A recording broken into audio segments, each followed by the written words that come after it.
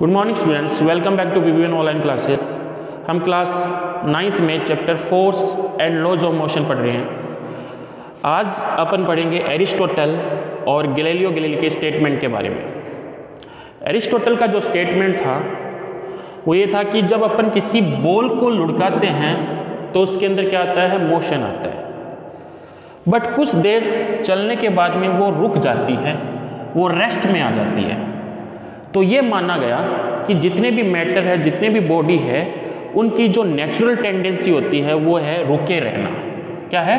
रुके रहना।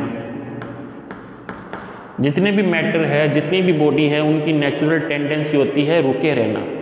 अगर अपने को बॉडी को मोशन में रखना है तो अपने को एक एक्सटर्नल फोर्स की जरूरत होगी। मोशन में रखना है तो अपने को एक बाहरी बल लगाना पड़ेगा। इसी पे एरिस्टोटल का स्टेटमेंट है, rest is the natural state of a body. जो रेस्ट है वो बॉडी की एक नेचुरल स्टेट है। अगर बॉडी को मोशन में रखना है तो अपने को एक एक्सटर्नल फोर्स लगाना पड़ेगा। तो rest is the natural state of a body and external force is required to keep that in motion। और एक बाहरी फोर्स की अपने को जरूरत पड़ेगी जब उसको मोशन में रखना है। लेकिन कुछ सालों के बाद में, लगभग बहुत सालों के बाद में, एक साइंटिस्ट थे गैलीलियो गैलीली। उन्होंने इस स्टेटमेंट को गलत साबित किया। अपने एक्सपेरिमेंट से या अपने डेमोस्ट्रेशन से उन्होंने इस स्टेटमेंट को गलत साबित किया। उनका मानना था कि जो रेस्ट है वो बॉडी की नेचुरल स्टेट नहीं है। उन्होंने अपने एक्सपेरिमेंट में देखा, उन्होंने लिया दो इंक्लाइंड प्लेन। एक इंक्लाइंड प्लेन पे उन्होंने एक बॉल को लुढ़काया और देखा कि ये बॉल जब इस इंक्लाइंड प्लेन से लुढ़कती है तो इसकी स्पीड बढ़ती है, और जब इस इंक्लाइंड प्लेन पे ये आती है तो इसकी स्पीड धीरे धीरे क्या होती है, कम होती है, और सेम लेवल पे जाके ये रुकती है।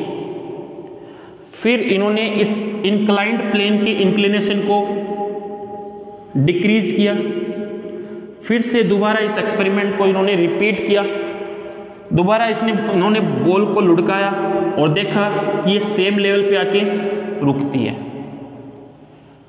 दोबारा से इसके प्लेन को, इस इंक्लाइंड प्लेन के इंक्लिनेशन को इन्होंने जीरो कर दिया, मतलब हॉरिजॉन्टल कर दिया।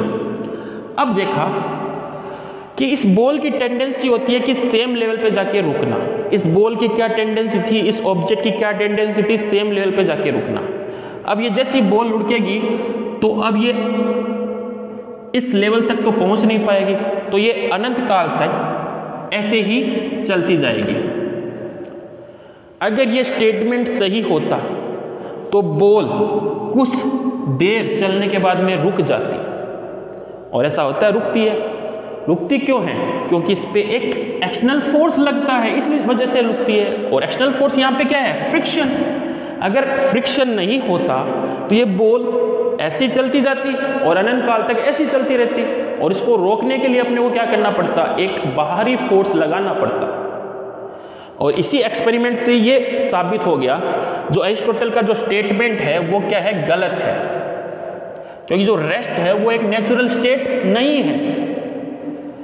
अगर रेस्ट एक नेचुरल स्टेट होती तो बॉल कुछ देर चलने के बाद रुक जाती।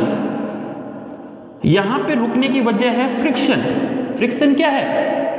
एक्सटर्नल फोर्स है, वो रोक रहा है। अगर ये नहीं होता तो बॉल ऐसे ही चलती जाती और इस लेवल पे नहीं पहुंचती। अगर इस लेवल पे पहुंचती तभी रुकती। तो इस एक्सपेरिमेंट ने एरिस्टोटल के स्टेटमेंट को गलत साबित कर दिया। और एरिस्टोटल के स्टेटमेंट को अपन बोलते हैं एरिस्टोटल फॉल्सी। एरिस्टोटल फॉल्सी का मतलब होता है गलत धारणा। किसी गलत तर्क पे जो गलत धारणा दी जाती है उसको बोलते हैं falsies.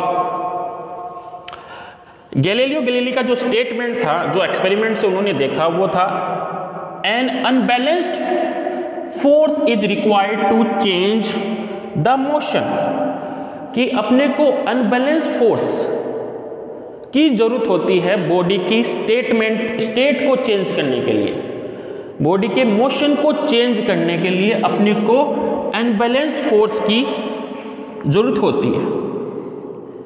But no net force is needed to sustain the uniform motion, बल्कि कोई नेट फोर्स की आवश्यकता नहीं होती बॉडी के यूनिफॉर्म मोशन को सस्टेन करने के लिए। जैसे कि कोई बॉडी रेस्ट में है, ठीक है, कौन से स्टेट में? रेस्ट में। अब अपने को इसके मोशन में चेंज करना है तो अपने को अनबैलेंस फोर्स लगाना पड़ेगा। इसके मोशन में चेंज करना है तो अपने को अनबैलेंस फोर्स लगाना पड़ेगा। अगर कोई बॉडी यूनिफॉर्म मोशन से मूव कर रही है तो इस मोशन को सस्टेन करने के लिए, अगर कोई बॉडी यूनिफॉर्म मोशन से मूव कर रही है और इस मोशन को सस्टेन करने के लिए अपने को कोई नेट फोर्स की जरूरत नहीं है, किसी भी नेट फोर्स की जरूरत नहीं है, ये इसी मोशन को कंटिन्यू करती रहेगी। यही है गैलीलियो गैलीली का स्टेटमेंट, और इसी के ऊपर न्यूटन का जो फर्स्ट लॉ है, लॉ ऑफ इनर्शिया, इसी के स्टेटमेंट पे है, वो अपन पढ़ेंगे नेक्स्ट क्लास में।